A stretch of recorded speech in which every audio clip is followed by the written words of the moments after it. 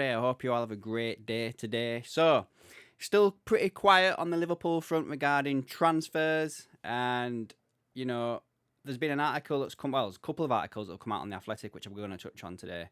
But there's also this one transfer link that I mentioned to Gav last night. Basically, it's a player who played for Genoa, Morten Threndrup. Now, this is a player that's been linked to us by Cassio Mercato, I think it is, or Tuto Mercato, or something like that, over in Italy. Played for Genoa. Genoa last year was one of the up-and-coming teams. You know, they did quite well. I think, what's his face, managed them before he moved to Juve.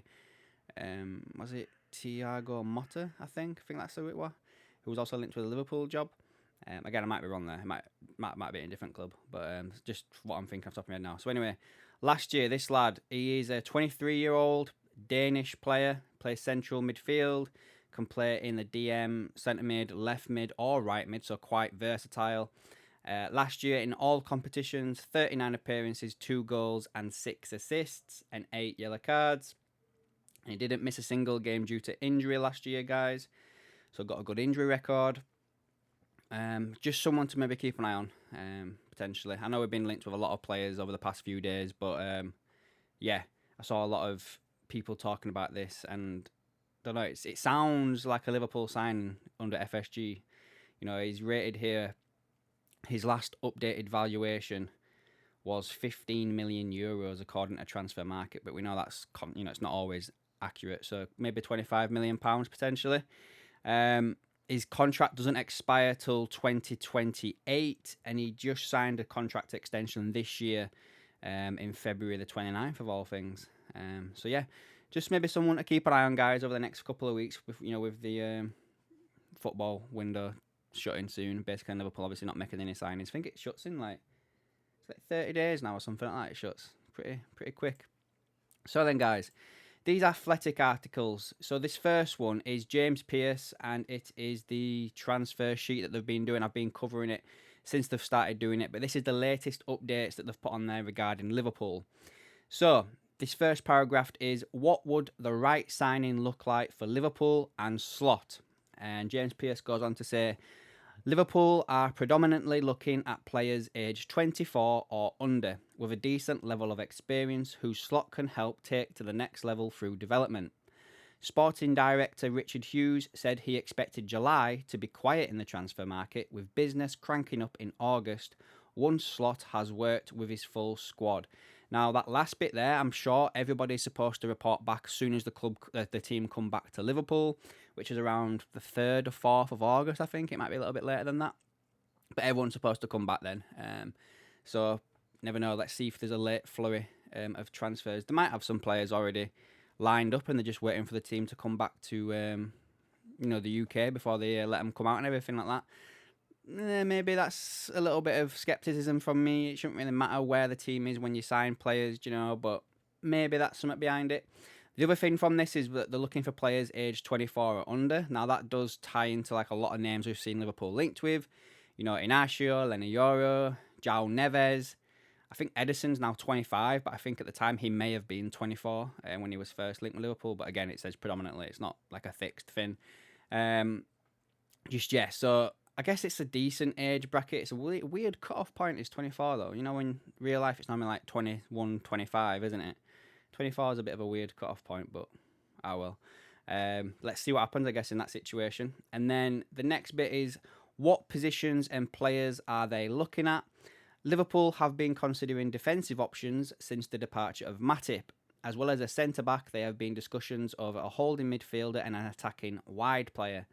However, considering they have a youthful squad with potential, this was never going to be a busy summer.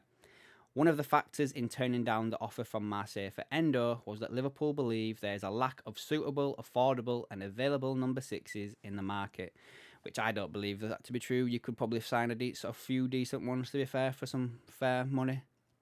What's Edison going to cost you? 50 million? In today's market, that's probably the old 25, 30 million signing, do you know what I mean? So these players out there Liverpool could buy, I guess they just don't want to, I guess, to be fair.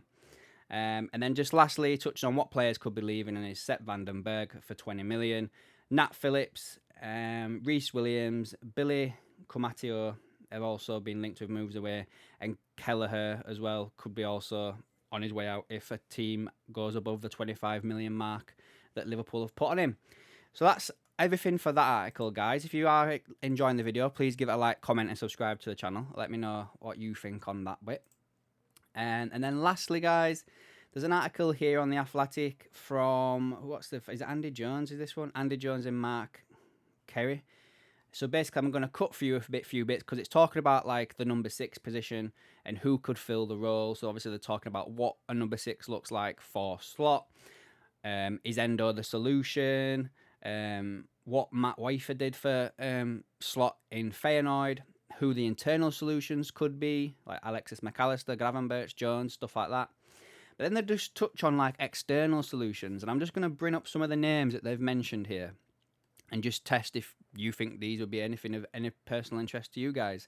So the first player they mention is Brighton's Billy Gilmore, who was shown to be one of the strongest returners of possession in the Premier League last year, operating at the base of Roberto De Zerbi's midfield. The 23-year-old, who has been linked to a move to Napoli, was the catalyst for the side's attack as he progressed Brighton up the field. And then on the continent, it says there's 2 players who have profiled highly. This obviously stat-based, guys. Are currently operating in one in either Milan side. So the Inter Milan player is Christian Aslan. Is that how you pronounce his name? He grew into the season last year under Simo Inzaghi's team as a regista. With some good technical ability with both feet, the 22-year-old is about to take his game to the next level.